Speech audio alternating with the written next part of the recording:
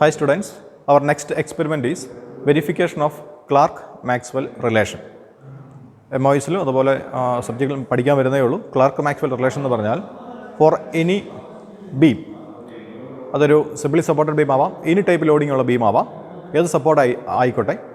If you are considering 2 points, say A and B, we will give load at a point A and measure the deflection of that beam at another point B. Now we are interchanging that two, which means the same load is now applying on B and measuring the deflection at A. And the theory states that both the deflection will be same. Now conclusion ഇത്രയേ ഉള്ളൂ.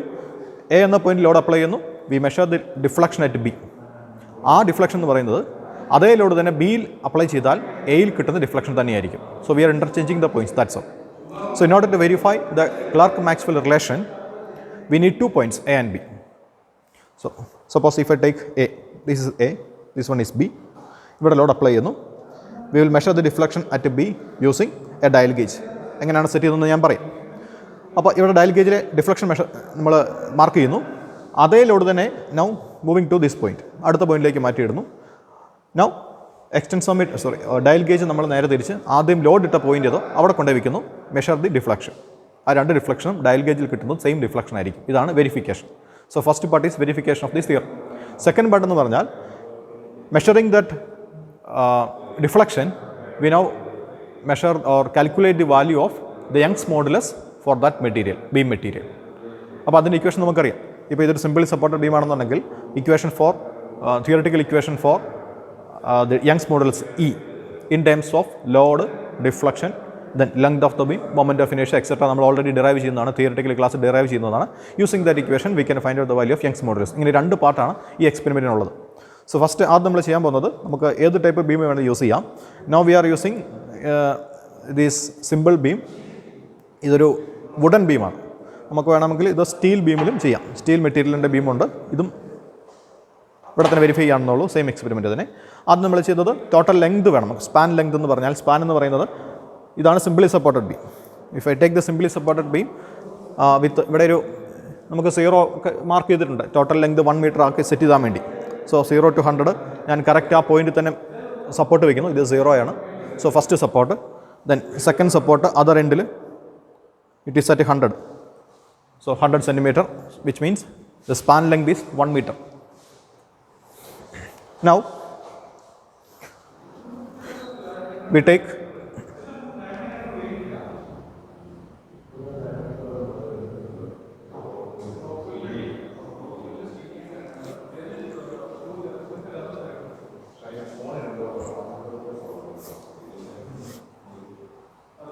Now we take 2 points, that is quarter of the length and the midpoint.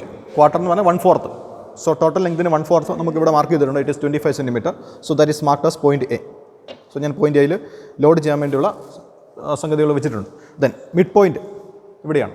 So 50 centimeter I need to measure the deflection. So one dial gauge also setting there. നമ്മളിവിടെ load കൊടുക്കും, corresponding deflection mark ചെയ്യണം.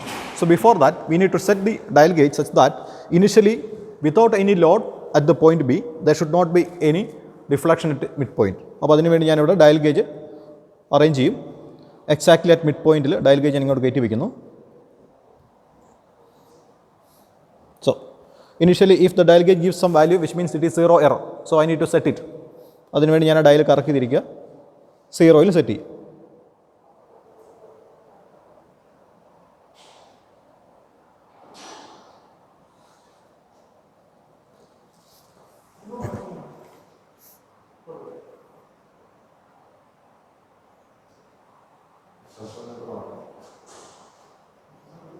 Okay.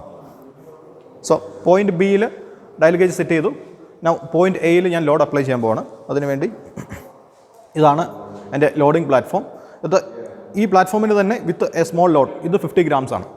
So I am applying the 50 gram load here at point A. So you can see the deflection C. ഇവിടെ നമുക്ക് deflection കാണാൻ പറ്റും. Dial gauge കറങ്ങും. So 50 gram point എയിൽ load ചെയ്തു. പോയിന്റ് ബിയിൽ we get 40 reading, 40 reading in the dial gauge. അപ്പോൾ അതിൻ്റെ ലീസ്റ്റ് കൗണ്ട് 0.01 mm ആണ്. So multiply with that will get it is 40 into 0.01 means 4 mm.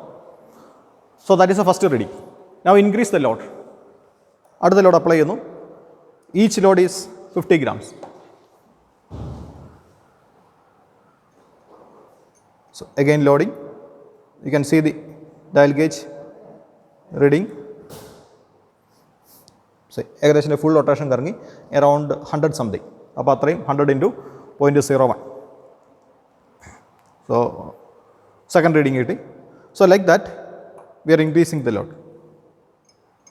So now it is 150 gram. This load increase corresponding deflection value. We are noting that value in a table. So we need around 7 or 8 values. So maximum deflection. So 400 grams including the platform, we have 800 grams of weight available. So the last reading, 8th reading, the deflection corresponding to 400 grams of load at point A. So this is the measuring of deflection when the load is increasing up to 400 gram. Now we reduce the load. We will experiment spring unloading. Say, this is 200 grams. I 50 gram. So it is going back. Now, 150 gram is deflection. That is unloading. So in this manner, we are unloading the entire load like this. And this is the last value during the unloading. That is 50 gram corresponding deflection will be obtained here. So this is one set reading. So using that, unloading and loading case deflection almost the same. So you need to take that average value. That is deflection corresponding to that particular load. Now this is 50 gram corresponding deflection. That is to draw the graph. Now we have 8 set reading. That 8 set corresponding load deflection. We can draw the graph. So load versus deflection graph, you will get a straight line or inclined straight line. So from that graph, you can measure the y and x by constructing a small triangle that will give the slope of that curve. A slope that is load by deflection. So load by deflection അല്ലെങ്കിൽ W by delta that is required for substituting in the equation for E, Young's modulus. അങ്ങനെ നമുക്ക് Young's modulus കണ്ടുപിടിക്കുന്നത്. ഇനി നമുക്ക് verify ചെയ്യേണ്ടത് നേരെ തിരിച്ചുകൂടെ verify ചെയ്യണം. എങ്ങനെ? ഈ എൻ്റയർ ഡയൽ ഗേജ് സെറ്റപ്പ് ഇനി പോയിന്റ് എയിൽ കൊണ്ടുവരുന്നു. പോയിന്റ് എയിൽ ഇട്ടിരിക്കുന്ന ലോഡിംഗ് സെറ്റപ്പ് ഇനി പോയിന്റ് ബിയിൽ കൊണ്ടുവരുന്നു. So interchange it.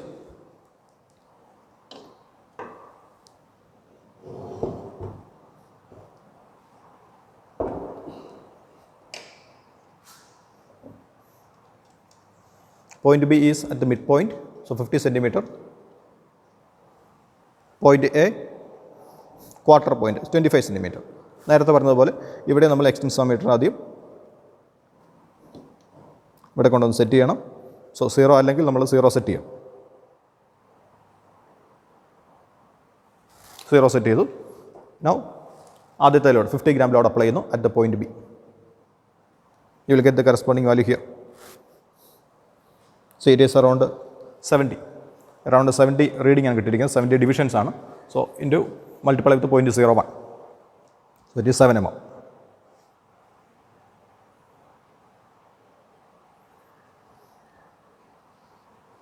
Fine. Now increase the load. Increasing the load to 100 gram, adding one more. So again extensometer. നമുക്ക് ഇവിടെ കാണാം ഈ എക്സ്റ്റൻസോമീറ്ററിൽ ഒരു ഫുൾ റൊട്ടേഷൻ എന്ന് പറയുന്നത് ഡയൽ ഗേജിൽ ഒരു ഫുൾ റൊട്ടേഷൻ എന്ന് പറയുന്നത് 100 ഡിവിഷൻസ് ആണ്. ഈ 100 ഡിവിഷൻ ഒന്ന് റൊട്ടേറ്റ് ചെയ്ത് കഴിയുമ്പോഴത്തേക്കും ഇതിനകത്തെ ചെറിയ സ്കെയിലുണ്ട്. ആ ചെറിയ ഡയലിൽ ഒരു റീഡിംഗ് ആയിരിക്കും മാറുക, ഒരു ഡിവിഷൻ. വിച്ച് മീൻസ് ഡയൽ ഗേജിൽ 100 ഡിവിഷൻ എന്ന് പറയുന്നത് ചെറിയ ഡയലിൽ 1 ഡിവിഷൻ ആയിരിക്കും. സോ ചെറിയ ഡയലിൽ ടോട്ടൽ ഡിവിഷൻസ് അവൈലബിൾ എത്രയാണ്? 10 ഡിവിഷൻസ് ആണ്. സൂക്ഷിച്ച് നോക്കിയറിയാം. ഏറ്റവും ചെറിയ ഡയലിൽ 10 ഡിവിഷൻസ് ആണ്. 0, 1, 2, 3 അപ് ടു 10 അവിടെ വരെയാണ്. അപ്പോൾ മൊത്തം നമുക്ക് മെഷർ ചെയ്യാൻ പറ്റുന്നത് 100 times so 100 into 10 times. So total 1000 divisions വരെ നമുക്ക് ഇത് എടുക്കാം. സോ 1000 ഇൻറ്റു 0.01 മീൻസ് എത്ര വരും? 10 mm എന്ന് വരും. 10 mm വരെയുള്ള ഡിഫ്ലക്ഷൻ നമുക്കിത് മെഷർ ചെയ്യാം. So this is the way of loading in the second case. 50 gram, 100 gram, now it is 150 gram, like that. It is increasing, measure ചെയ്യുന്നു. നേരത്തെ പറഞ്ഞ പോലെ തന്നെ again 8 ലോഡ് ഇട്ട് കഴിയുമ്പോഴത്തേക്കും up to 400 we are loading, then after that unloading. തിരിച്ചെടുക്കുന്നു, you will get the final reading. നേരത്തെ ചെയ്തതുപോലെ തന്നെ take the average of loading and unloading value, corresponding deflection കിട്ടും. സോ 8 റീഡിംഗ് ലോഡ് കിട്ടും, corresponding 8 reading deflection average value കിട്ടും. Draw again the graph load versus deflection. നമ്മൾ same graph paper തന്നെ വരയ്ക്കുക, load versus deflection. അപ്പോൾ എന്ത് കിട്ടണം? To verify the Clerk Maxwell relation we will get the straight line in the same or both the straight lines coinciding each other in the same graph. അതുകൊണ്ടാണ് ഒരുമിച്ച് വരയ്ക്കാൻ പറയുന്നത്. അതായത് ആ ഗ്രാഫ് പേപ്പറിൽ നമ്മൾ എടുക്കുന്ന രണ്ട് ഗ്രാഫിൻ്റെയും ലോഡ് ഡിഫ്ലക്ഷൻ കർവിൻ്റെ slope value will be same. Slope value same ആണെന്നുണ്ടെങ്കിൽ obviously you will get the value of Young's modulus also same. So that is the Young's modulus for the material wood. So similarly you can repeat the procedure with steel beam also. Fine. So observation എന്തൊക്കെ എടുക്കണം? The length of the span length ഇവിടെ എന്ന് പറയുന്നത് 1 meter ആണ്. പിന്നെ വേണ്ടത് moment of inertia ആണ്. ഈ മെറ്റീരിയലിൻ്റെ ക്രോസ് സെക്ഷൻ നോക്കുക. This is rectangular cross section ആണ്. റെക്ടാംഗിൾ ക്രോസ് സെക്ഷനുള്ള ബീമിൻ്റെ മൊമെൻറ്റ് ഓഫ് ഇനേഷ്യയുടെ വാല്യൂ നിങ്ങൾക്കറിയാം. ഈ രണ്ട് വാല്യൂ ആണ് ഒബ്സർവേഷൻ. ദെൻ എടുക്കേണ്ട readings load reading 8 reading. Increment എത്രയാണ്? 0. നോ ലോഡ് എടുക്കുന്നില്ല. 50, 100, 150, 200 അങ്ങനെ up to 400 gram. Then corresponding deflection value in millimetres after multiplying the least count in millimetres. Average value ലോഡിങ്ങിൽ അൺലോഡിങ്ങിൽ അതിൻ്റെ ആവറേജ് വാല്യൂ ഇൻ മില്ലിമീറ്റേഴ്സ്. ഇത്തരം കാര്യങ്ങളാണ് വേണ്ടത്. Then draw the graph, retain the value of slope that is equal to load by delta. Substitute in the equation for Young's modulus, you will get the value.